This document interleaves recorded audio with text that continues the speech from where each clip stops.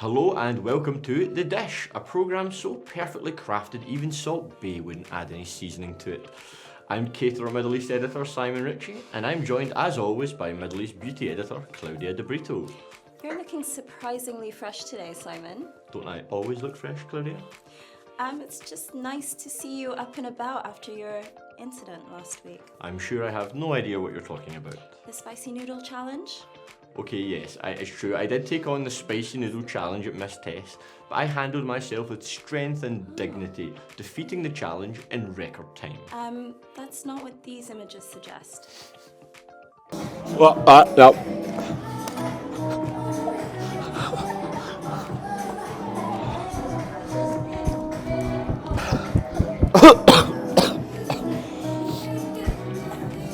I can't do that.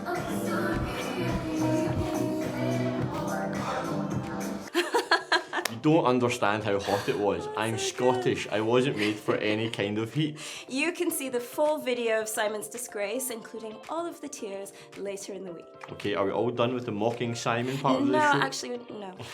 Last week, Simon was invited onto the Time Out Dubai podcast with Jason Arthurton to discuss all things food. Now, it was only a couple of weeks after Simon met Massimo Bottura, so naturally, he had to shoehorn that fact in as many times as possible.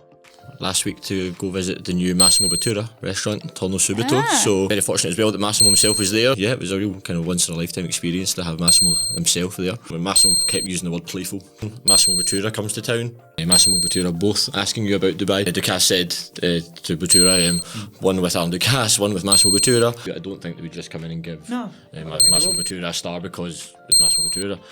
10 times, Simon. 10 times. Jason mentioned him less than half that. Is this revenge for the last 7 episodes of me making fun of you? Because, listen, I'm not even ashamed of that. If you had met the legend that is Massimo Bottura, you would talk about it a lot too. Admittedly, putting it in my Tinder profile was a bit much. Anyway, can we get to the news now? Fine. So you also sat down with Jason after the podcast. What did you talk about? Yes, quite a lot actually. I think one of the key points he raised though is that he believes hotels are opening up with far too many F&B outlets in them. Yes, that's a fair point. There are properties like the Emerald Palace Kempinski with about 10 F&B outlets. Yes, exactly. And one of Jason's points was that when one of them is by Alan Ducasse, do you really need another 9 outlets competing with it? You know, should hotels concentrate on 1 or 2 outlets and making them as good as possible? Or is more competition a good thing? What do you think? Comment below and let us know. Now some new openings. Renowned Indian restaurant Masala Library is coming to Dubai. If you're not familiar with it, it's at the forefront of molecular gastronomy in India, with many people saying it could be the first restaurant in the country to get a Michelin star if the guide makes it to the region. And now the concept is coming to Dubai and will be replacing Rang Mahal in the JW Marriott Marquis. It will be interesting to see how it compares against Trescent, which pretty much has the market cornered for Indian degustation in Dubai. And of course the head chef there, Himanshu Saini, was formerly a senior sous chef at Masala Library.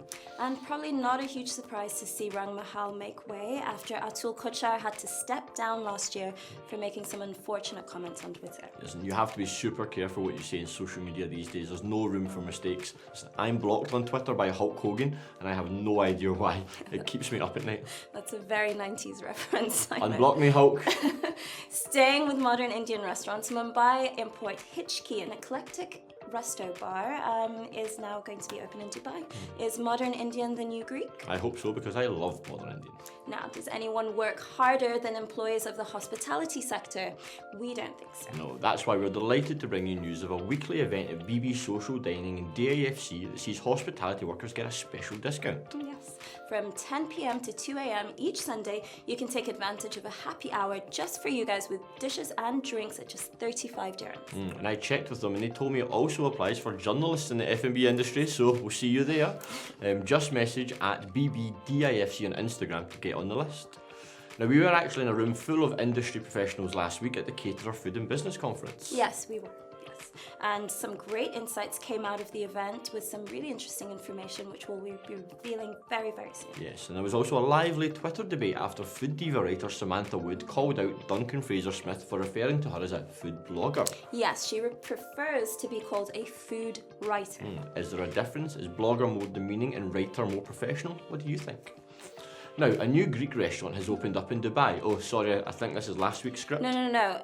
It's another one. Oh. Another one. The latest addition to the scene is Taverna Greek Kitchen at Souk Medina Jumeirah. It's from Food Fund International and it's designed to be reminiscent of a local family-run restaurant.